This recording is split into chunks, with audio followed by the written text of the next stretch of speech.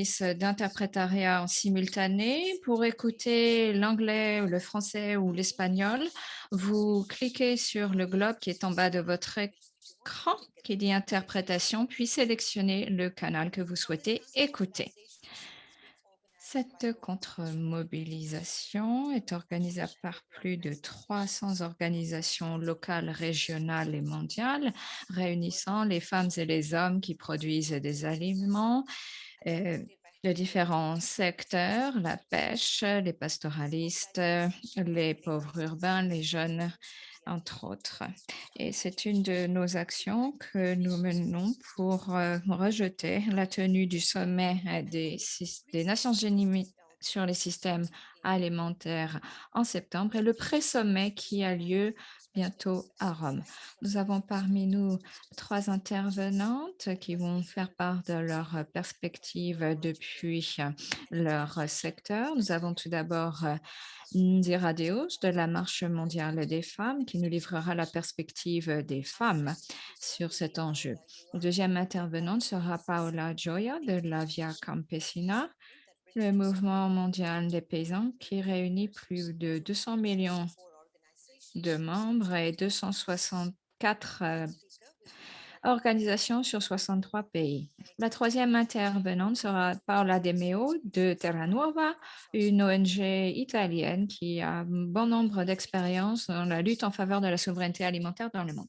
Avant de leur donner la parole, je vais vous livrer quelques commentaires généraux de contexte. Nous vivons à l'époque d'une crise interreliée, le creusement des changements climatiques, la crise sanitaire, de la pandémie, la perte de la biodiversité, les inégalités, la faim, la malnutrition, les inégalités sociales et l'affaiblissement des libertés fondamentales et des droits humains.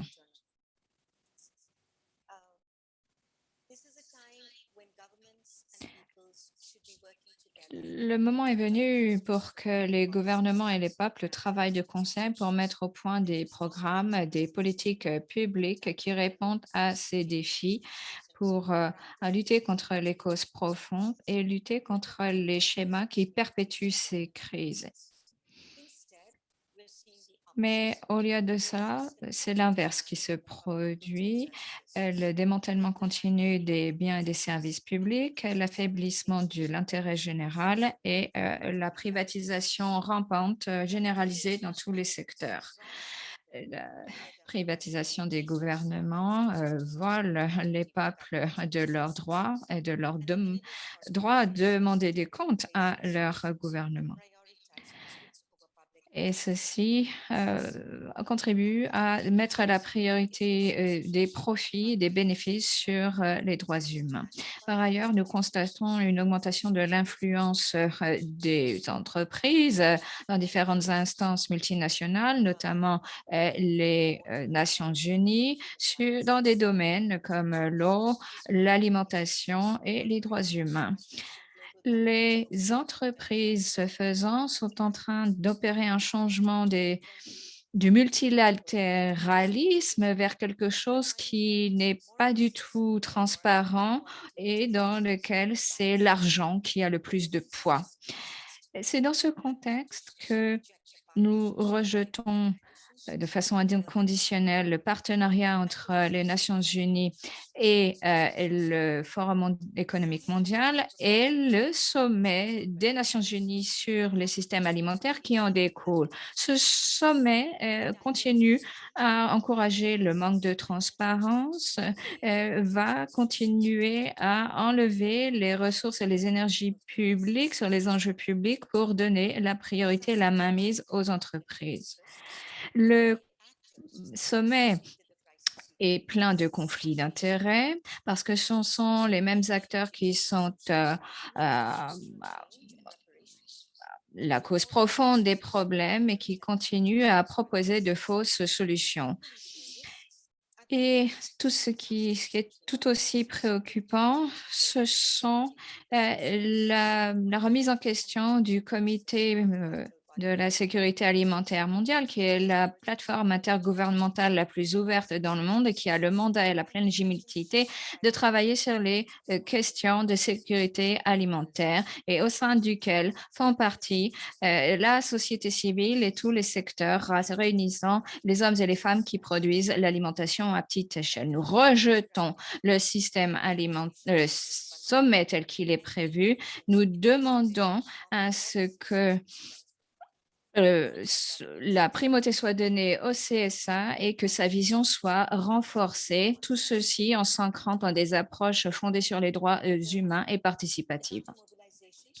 La contre-mobilisation que nous organisons du 25 au 27 juillet permettra de partager la vision des petits producteurs vivriers, les travailleurs du secteur agricole, leur vision pour des systèmes agricoles s'appuyant sur une transformation agroécologique des systèmes alimentaires ancrés dans la souveraineté alimentaire, la petite agriculture, les savoirs traditionnels, les droits aux ressources naturelles et les droits des peuples autochtones, femmes et jeunes, entre autres.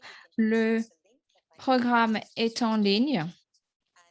Vous pouvez le consulter en cliquant sur le lien que mes collègues mettront dans le chat. Le 25, il y aura un rallye mondial. Le 26, se tiendront 3 tables rondes de discussion publique avant la publication d'une déclaration publique.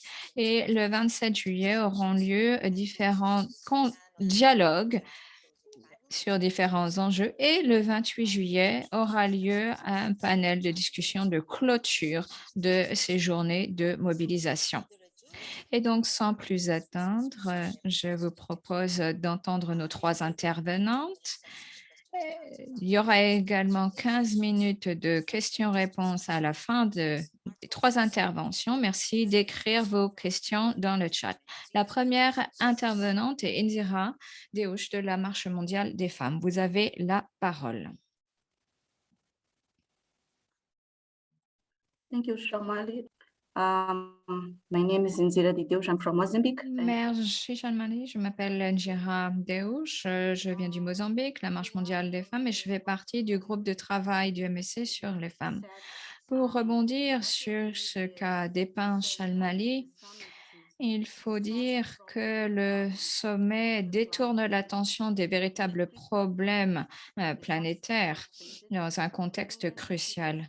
Le sommet n'est pas ancré sur les droits humains des peuples et ignore les crises précédentes et aussi le fait que la pandémie a exacerbé déjà les violations des droits humains. Le rapport sur l'état de la sécurité alimentaire et de la nutrition dans le monde, il est indiqué que le nombre de personnes souffrant de sous-alimentation chronique a atteint le chiffre alarmant de 800 millions de personnes et que la faim augmentait déjà avant la pandémie et estime qu'environ 118 millions de personnes supplémentaires étaient confrontées à la faim en 2020 par rapport à 2019.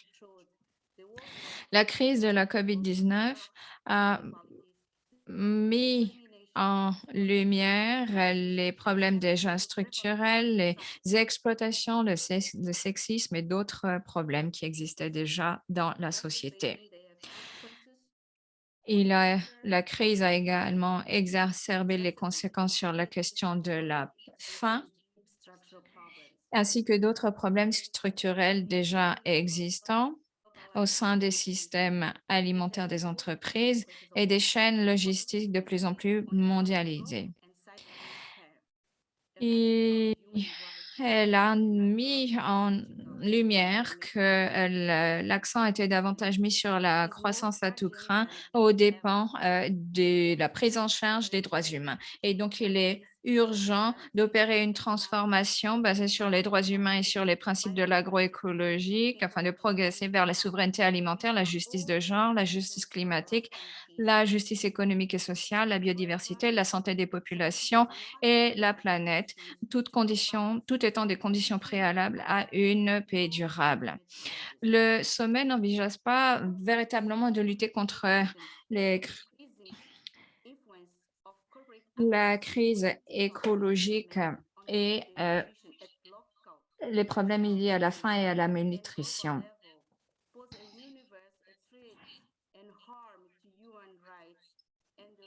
Sa configuration pose un gros problème par rapport aux droits des personnes, les femmes, les pastoralistes, les migrants, les consommateurs et les consommateurs urbains, entre autres secteurs.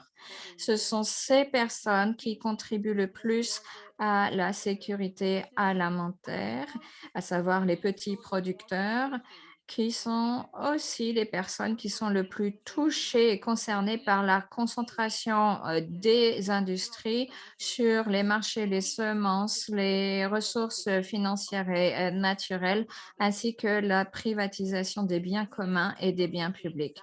Ce sommet est exactement dominé par ces intérêts privés et remet en cause. Et ceci est reflété notamment dans l'accord signé entre le secrétaire général et le Forum économique mondial.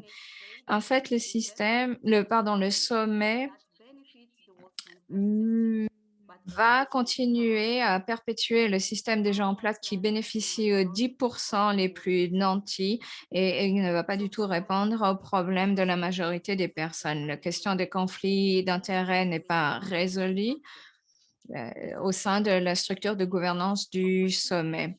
Le sommet n'est pas doté de règles solides de participation. La représentation n'est pas satisfaisante. En tant que mouvement de la société civile, nous exigeons et demandons que les systèmes alimentaires des entreprises soient radicalement transformés vers un système alimentaire véritablement égal et agroécologique. Merci, Shalmali. Paola. Merci beaucoup. Merci de me donner l'occasion de partager avec vous nos critiques et les raisons pour lesquelles nous proposons ce contre-sommet. Comme l'a dit Enzira, il y a une tentative importante de la part des entreprises dans le cadre de ce sommet. Bien que le sommet se présente comme étant inclusif et que tout le monde puisse y participer,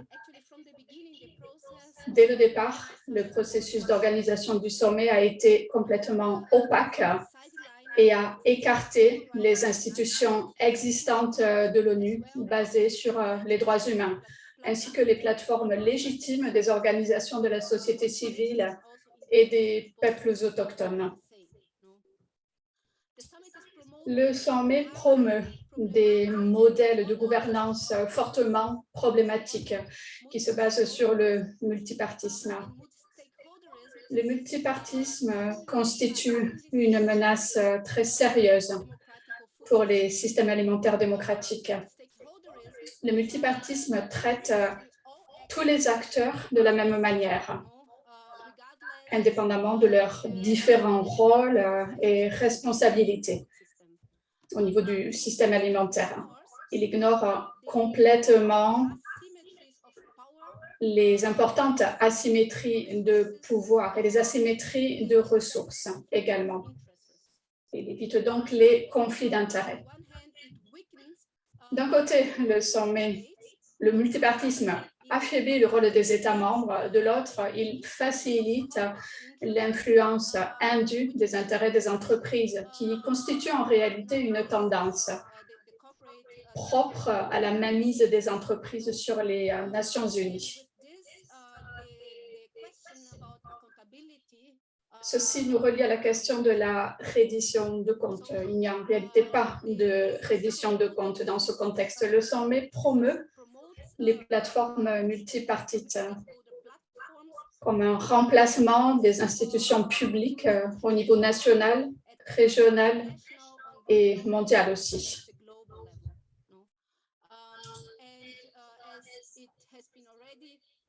Comme cela a déjà également été mentionné par Shalmali au tout début, il y a là une claire tentative de remplacer les modèles de gouvernance fondés sur le multilatéralisme inclusif. Je pense notamment au Comité des Nations Unies sur la sécurité alimentaire mondiale, le CSA.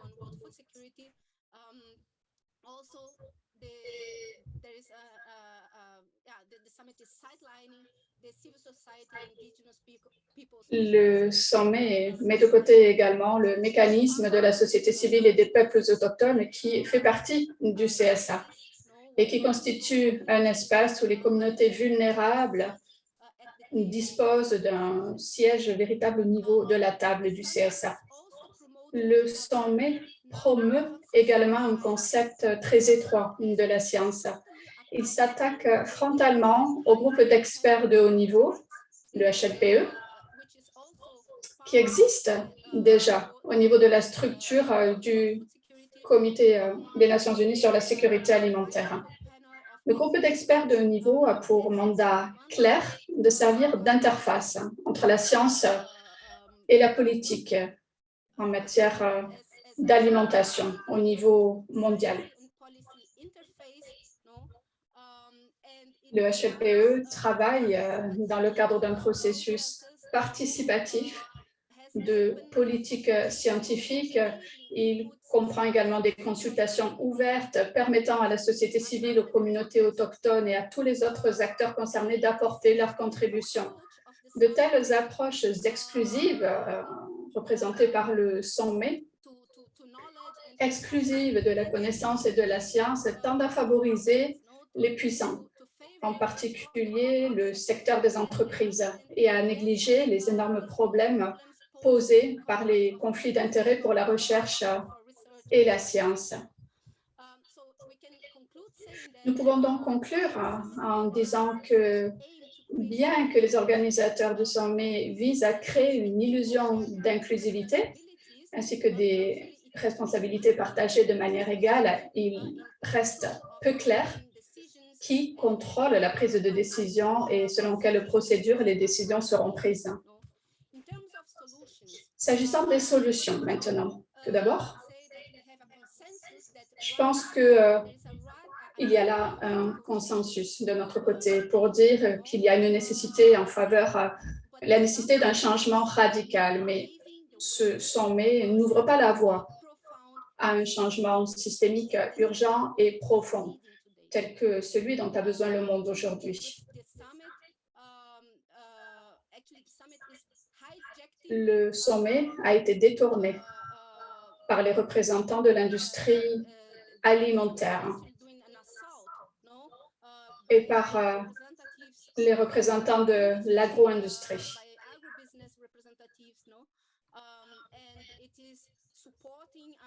Il est probable que le discours du sommet soutienne les systèmes alimentaires industriels qui favorisent, par exemple, les aliments ultra transformés, la déforestation, l'élevage industriel, l'utilisation intensive de pesticides et les monocultures de produits de base.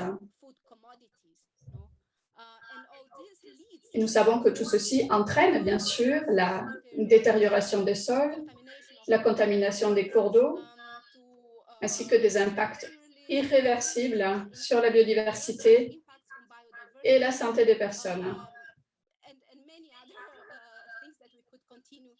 Bien d'autres effets que nous pourrions continuer à nommer. Le sommet va en réalité dans une direction complètement erronée. Par ailleurs,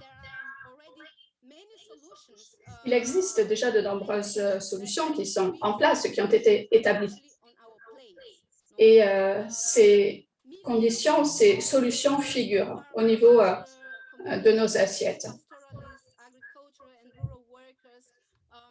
Des millions de petits producteurs, de pêcheurs, de pastoralistes, de travailleurs agricoles et ruraux et de communautés autochtones entières pratiquent l'agroécologie, un mode de vie et une forme de résistance à un système économique injuste qui fait passer le profit avant la vie.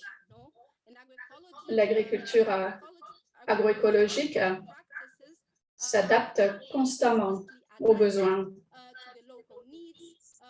aux coutumes, au sol, au climat locaux.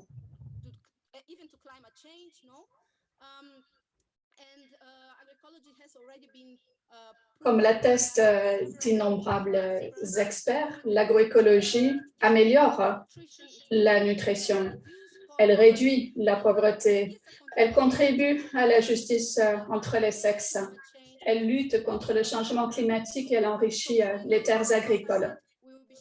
Lors de notre contre-sommet, nous allons donc partager beaucoup de supports concernant toutes ces pratiques et ces solutions que nous avons établies. Nous allons vous montrer nos réalités, nos visions en mettant en avant la souveraineté alimentaire comme la marche à suivre.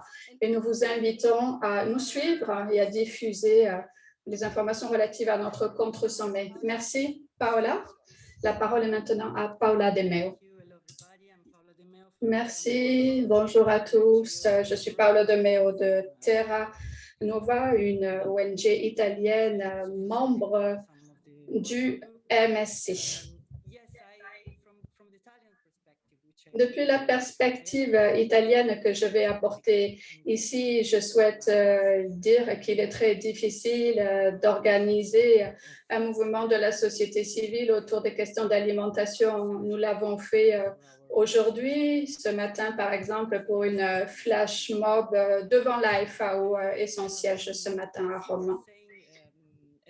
Comme vous l'avez indiqué au tout début, Chalmali, il est très important de renforcer les alliances entre les peuples et les gouvernements afin de pouvoir consolider et d'élaborer des politiques publiques de qualité. Depuis le départ, Terra Nova a été invitée comme une ONG de développement à participer au dialogue national qui s'est tenu en Italie.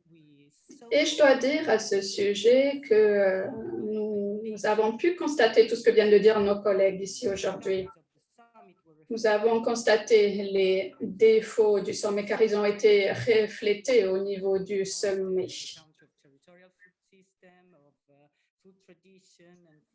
Nous avons examiné les questions de traditions alimentaires et de marchés territoriaux et aucune de ces réalités n'a été invitée et n'a pu participer au dialogue national. Par ailleurs,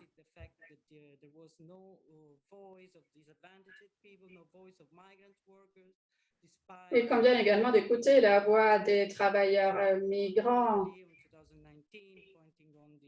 Le rapporteur spécial des Nations Unies a rapporté notamment en 2019 l'exploitation des travailleurs migrants. La question du COVID-19 a également été importante en raison des impacts importants dans notre pays. Le nombre de personnes souffrant de la faim a doublé, même triplé pendant cette période.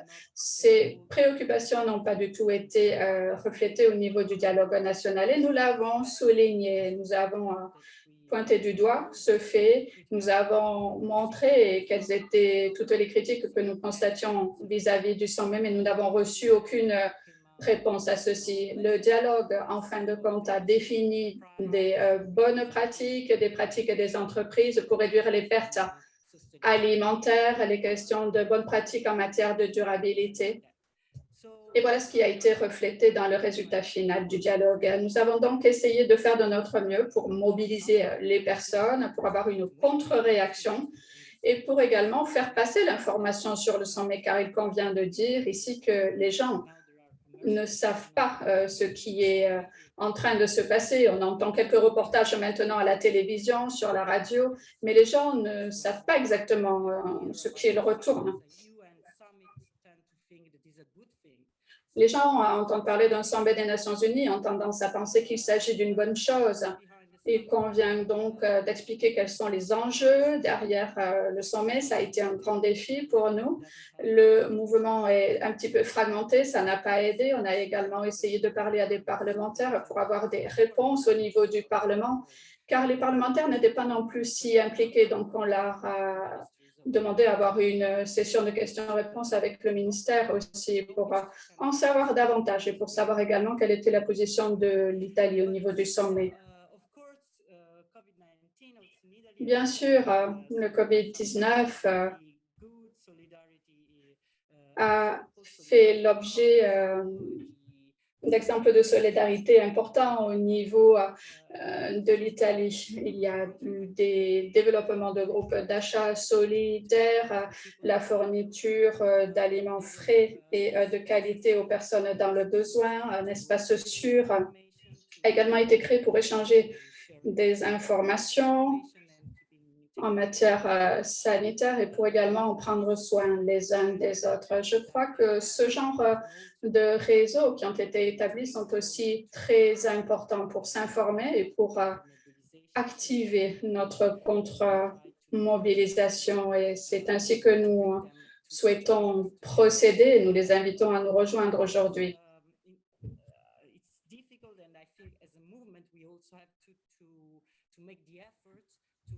La tâche n'est pas aisée et on doit réaliser un effort pour mieux expliquer quelles sont les implications de la gouvernance mondiale sur nos territoires, car ce n'est pas si simple que cela. Les gens considèrent ce sommet comme quelque chose de distant, alors qu'il s'agit d'un modèle de multipartisme qui est reproduit également sur nos territoires. À Rome, une politique alimentaire est actuellement discutée au niveau de la municipalité et on constate les mêmes acteurs autour de la table, les entreprises commerciales, les conflits d'intérêts et il est également difficile de faire comprendre aux gens quelle est la situation.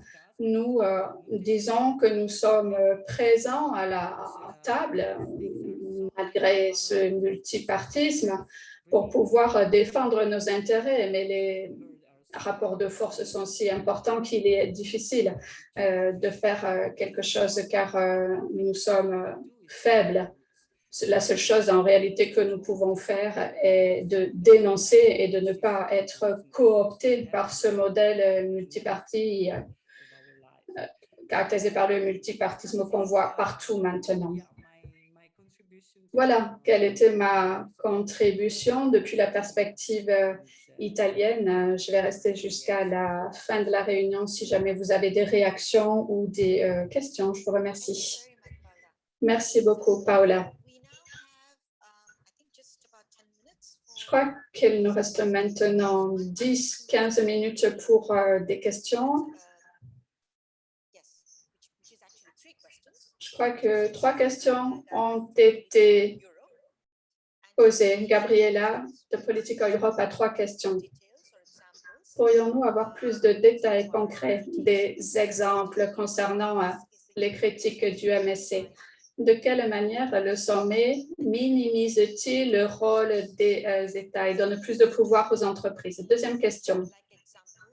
Gabriela souhaiterait avoir des détails, des exemples pour renforcer notre critique, disant que le sommet soutient les pratiques non durables.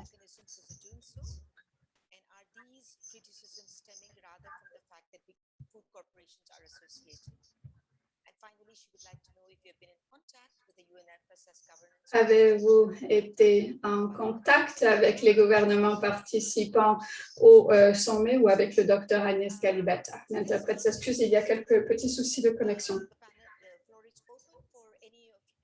Vous avez la parole et les panélistes peuvent désormais répondre à ces 3 questions qui viennent d'être posées. Je peux commencer.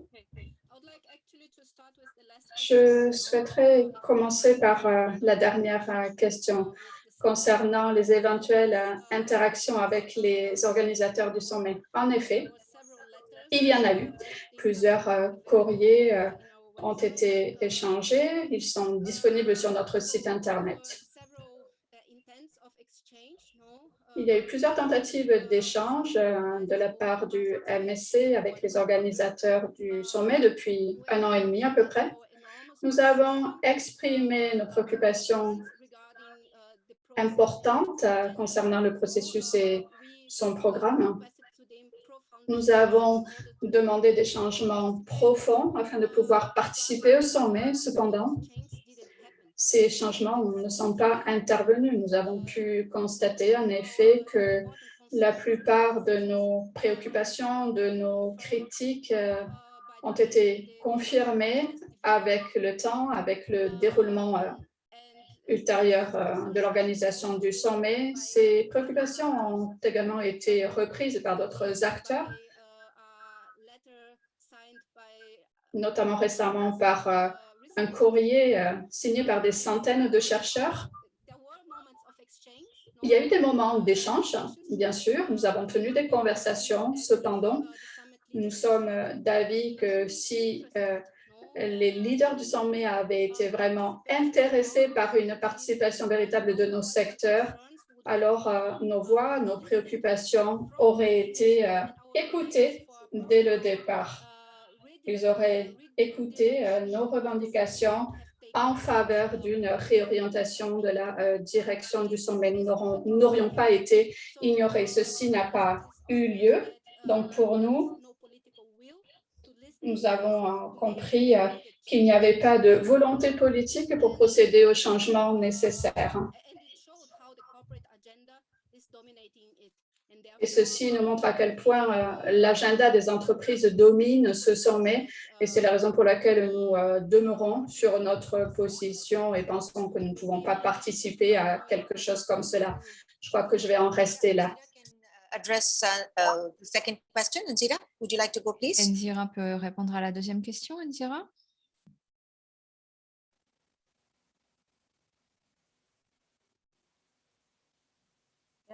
Il semble que nous venons de perdre la connexion avec Nzira. Elle vient de revenir. Eh bien, s'agissant de la deuxième question, les femmes en Afrique et ailleurs sont celles qui sont aux premières lignes par rapport à l'alimentation en utilisant les processus traditionnels. Mais nous avons vu récemment des entreprises qui s'accaparent de vastes hectares de terre. Donc, c'est des superficies gigantesques parce qu'ils ont besoin de terre non seulement pour planter, mais pour irriguer aussi. Et donc, ce qui se produit, c'est que nous sommes exclus et chassés des terres qui sont propices à la production alimentaire, agricole. Par ailleurs, ces entreprises, ces groupes utilisent des moyens très intenses de production. Tout récemment, le Mozambique, mon pays, a signé beaucoup de contrats octroyant à ces entreprises des licences pour explorer davantage les ressources naturelles du pays.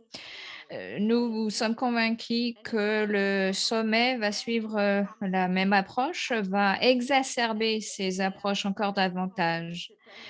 Il y a déjà de nombreux problèmes avec le changement climatique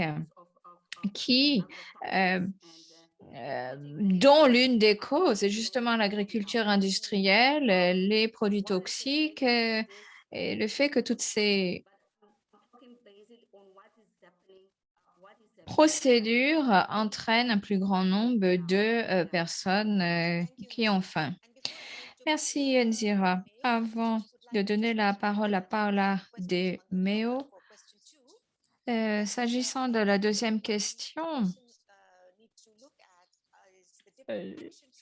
j'invite la personne qui a posé cette question et ainsi les autres journalistes, je vous invite à vous connecter sur le site Internet du sommet et de consulter le contenu de ce qu'on appelle les pistes d'action, Action Track du sommet en anglais, où vous voyez les mesures qui sont préconisées et encouragées. Donc, tout ce qui cause déjà beaucoup de problèmes, les pesticides, les technologies liées à des droits de propriété intellectuelle. Et puis, elle parle aussi de l'agriculture compatible avec le climat. Ce genre de mesures qui, en fait, sont des fausses solutions qui n'ont pas réglé le changement climatique.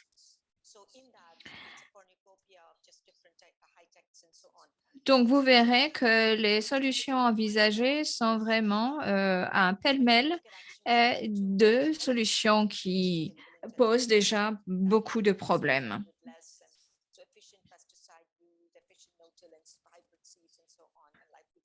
Produire plus avec les semences modifiées, etc. Sur la question de la mise à l'écart des gouvernements, Paola De Meo va répondre. Oui, alors, dès le début, il n'a pas du tout été clairement précisé le rôle que devraient jouer les États membres des Nations Unies. Et ce rend encore plus difficile une véritable participation. Tout d'abord, la plupart des discussions ont été tenues en ligne en anglais. Donc, même pour beaucoup d'États membres, c'était impossible de participer aux discussions sur un pied d'égalité avec les États les plus forts.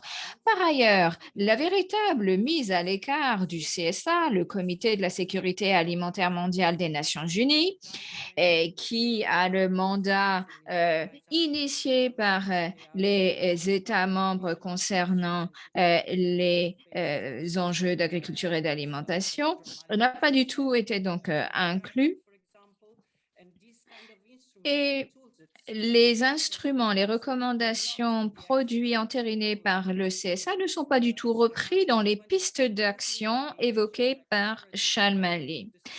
La rhétorique des solutions présentées par le sommet très clairement provient du secteur privé et du système industriel. Ce sont leurs solutions, pas d'agroécologie, aucune mention des droits humains. Et puis, au fur et à mesure, lorsque les critiques ont commencé à émerger, peu à peu, les organisateurs du sommet ont changé quelques mots, certains concepts pour corriger un peu le tir, mais c'est bien trop tard. C'est bien trop tard pour faire en sorte que le sommet ait véritablement un ancrage sur les droits humains. Les droits humains, c'est pas quelque chose qu'on ajoute à la dernière minute, ça doit être quelque chose qui fait partie des piliers euh, qui sous-tendent le processus. Par ailleurs, j'ai cru voir dans le fil de discussion quelqu'un qui posait aussi une question et je répondrai que l'on peut voir que les événements liés au sommet sont encouragés et promus par les très, très grandes multinationales qui pèsent d'un poids tel que les États ne peuvent pas leur faire concurrence. J'ai vu que Antonio et d'autres de nos collègues ont euh, écrit dans le fil de discussion beaucoup d'éléments d'information et de contexte pour les médias présents ici. Et pour rebondir sur ce que Paola vient de dire, vous avez peut-être su que lors de la toute récente réunion de la conférence de la FAO, dans les interventions de la conférence de plusieurs États, il n'y a aucune référence faite au sommet, alors que la FAO est un organe qui est en prise directe avec les questions sur lesquelles se prétend pencher le sommet. Whether we can still continue with asking some question. There are three more questions that have been put. One is whether we already have the agenda of the summit. Alors, Substantiate the points made here. et I can, we don't concernant la question sur l'ordre du jour du sommet, nous ne l'avons pas ce programme du sommet, mais nous avons le programme du pré-sommet qui est disponible. Je vous renvoie vers le site Internet justement du pré-sommet. And there's a second question, which is that there are going to be some new coalitions from the summit Et that puis, are going to exist after, and their question was to stakeholder la response. question, c'est les coalitions qui vont donner suite au sommet, les coalitions pluriparties prenantes. Le fait que de ne pas en faire partie laissera encore la porte plus grande ouverte aux intérêts privés. Et qui souhaiterait répondre à cette question? Demande Shalmani. You want to reflect on this point? What shall we do? Comment procéder? Que devons-nous faire? Well, no? Okay. Well, one thing that we could do, for Alors, example, is that ce que je there proposerais, is an academic group c'est de signaler qu'il existe un groupe d'universitaires qui a analysé la façon dont aborde le sommet, dont la façon de la question de l'agroécologie est traitée par le sommet. Et je propose que la collègue qui a posté un lien sur ce rapport peut-être intervienne, mais pour ce qui nous concerne, whatever multi-stakeholder approach. nous allons nous opposer vigoureusement à toute initiative pluripartie prenante parallèle qui envisage l'agroécologie comme quelque chose de technologique ou technocratique. Ça n'est pas du tout cela. C'est une science, une pratique, une base de connaissances. Donc, nous défendons l'agroécologie des peuples. Est-ce que Paola souhaite intervenir? Oui, c'est exactement ce que j'allais dire.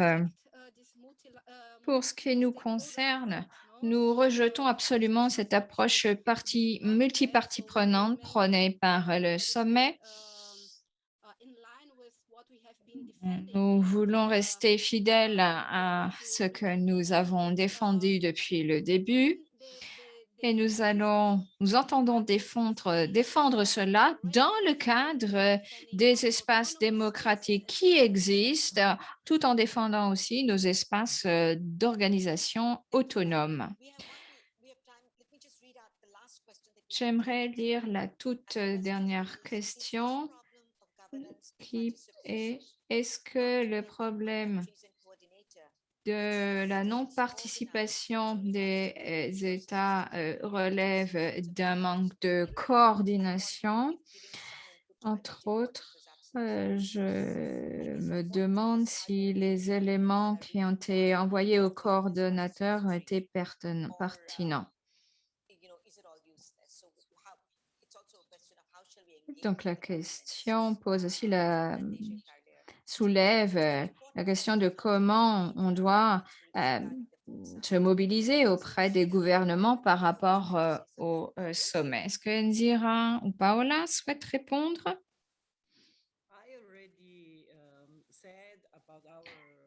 J'ai déjà évoqué l'exemple de l'Italie et le type de contact que nous avons pris avec nos gouvernements. Au sein de la concertation nationale en Italie, nous avons fait savoir notre position, nous avons posé des questions, mais nous n'avons reçu aucune réponse. Et donc, ce que nous avons décidé de faire, c'est de nous tourner vers le Parlement qui est censé représenter la population. Et donc, nous entendons continuer le dialogue de cette façon. Si les ministres concernés veulent parler avec nous, nous sommes prêts à parler avec eux. La question pour nous, c'est de voir comment l'Italie contribue au sommet. Je ne remets pas en question qu'il y a des pays qui ont réellement fait un effort de consultation auprès de leur société civile. Absolument, mais ce n'est pas du tout le cas de l'Italie. C'est pour cela que nous avons interpellé le gouvernement, avons essayé de dialoguer avec notre gouvernement.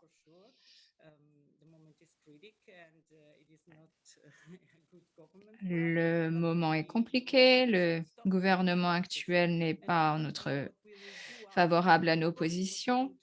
Alors, après le sommet, que voulons-nous faire? Évidemment, cela dépend du MSC, mécanisme de la société civile, qui coordonne les, euh, la société civile, le groupe de liaison du MSC, qui fera une analyse collective du sommet et c'est collectivement que nous déciderons de la suite à donner. La question, c'est comment donc dialoguer les gouvernements nationaux sur cette question. Merci de votre réponse, Paola. Je répète cette question pour Enzira. Enzira, est-ce qu'il y a eu des tentatives louables de gouvernement d'avoir des processus en bonne et due forme? Est-ce que les deux autres intervenantes souhaiteraient réagir? Please, anyone? Go ahead. Shamalji, sorry, I'm listening with some cuts. I will ask Paula to go. Dira indique qu'elle a des problèmes de connexion, elle a mal entendu. I did understand well, is that how we're going to address our governments in the region on this one? Si j'ai bien compris, c'est la question de ce qu'on fait avec notre gouvernement. Eh bien, nous, au Mozambique, nous continuons à intervenir, à agir au niveau national, à faire porter nos positions en tant que producteurs vivriers à petite échelle et à promouvoir l'agroécologie.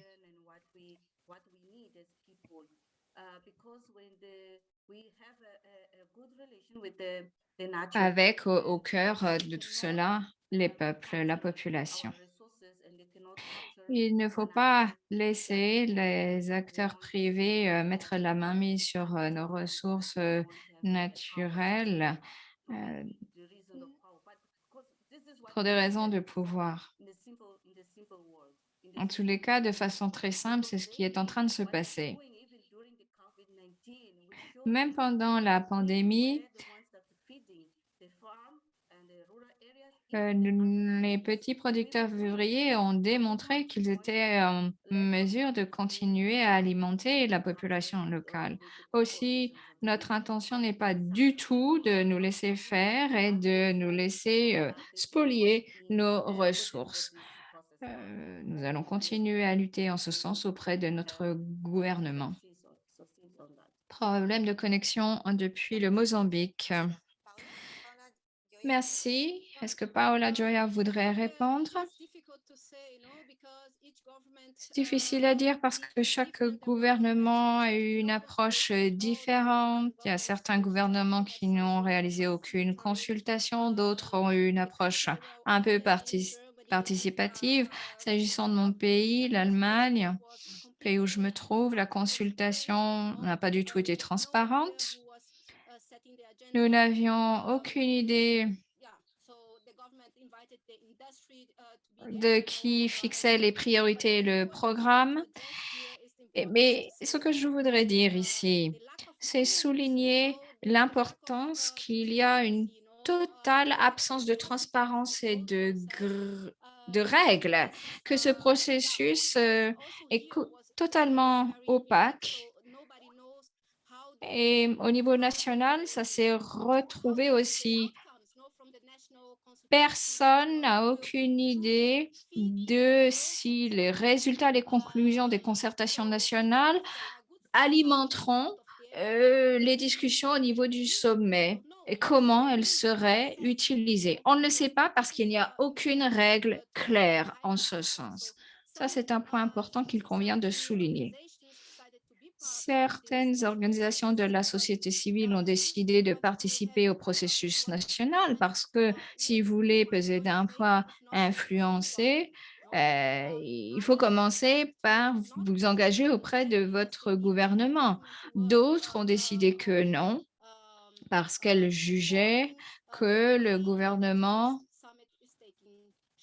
avait donné déjà son aval à la façon dont se structurait le sommet. Et le point principal, c'est qu'il y a un manque de transparence et une absence de règles. Je regarde l'heure qui tourne, dit Shalmali. Je pense que nous devons conclure notre conférence de presse. Je souhaiterais remercier nos 3 intervenantes pour leur présentation très claire. J'aimerais remercier l'ensemble des participants qui ont posé des questions et je m'excuse que nous n'ayons pas pu poser davantage de questions à ce moment, à ce point-ci. Mais voyez-vous, le sommet est un processus extrêmement complexe et certains représentants des gouvernements ont même indiqué que le sommet était bien trop complexe et qu'il fallait peut-être avoir un doctorat pour comprendre toute sa complexité. Tous les journalistes et représentants des organes de presse qui souhaitent suivre les évolutions du sommet et suivre la façon dont nous développons notre contre-mobilisation et nos revendications depuis la base, eh bien, je vous encourage à suivre les 3-4 journées de mobilisation qui vont avoir lieu à partir du 25 juillet. Par ailleurs, les informations sont sur le fil de discussion. Il y aura des enregistrements qui seront disponibles sur le site Food System for People, un microsite. Vous pouvez trouver une myriade d'informations qui ont été élaborées non seulement par les secteurs concernés, la société civile et les acteurs principaux, mais aussi par plusieurs universitaires et groupes d'universitaires, des scientifiques qui ont fait part d'une vive critique à l'égard du sommet, notamment le conflit d'intérêts qui est patent au niveau du groupe scientifique officiel du sommet.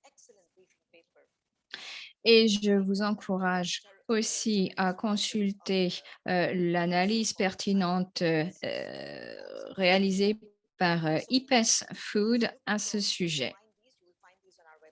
Toutes ces informations se trouvent donc sur le microsite Internet que j'ai évoqué. Je souhaite vous remercier de votre participation et je donne la parole à Marion pour les annonces logistiques de fin. Merci Marion, à toi. Merci beaucoup. J'aimerais également te remercier pour ta modération aujourd'hui. J'aimerais remercier l'ensemble des collègues des organes de presse et des médias qui se sont connectés aujourd'hui.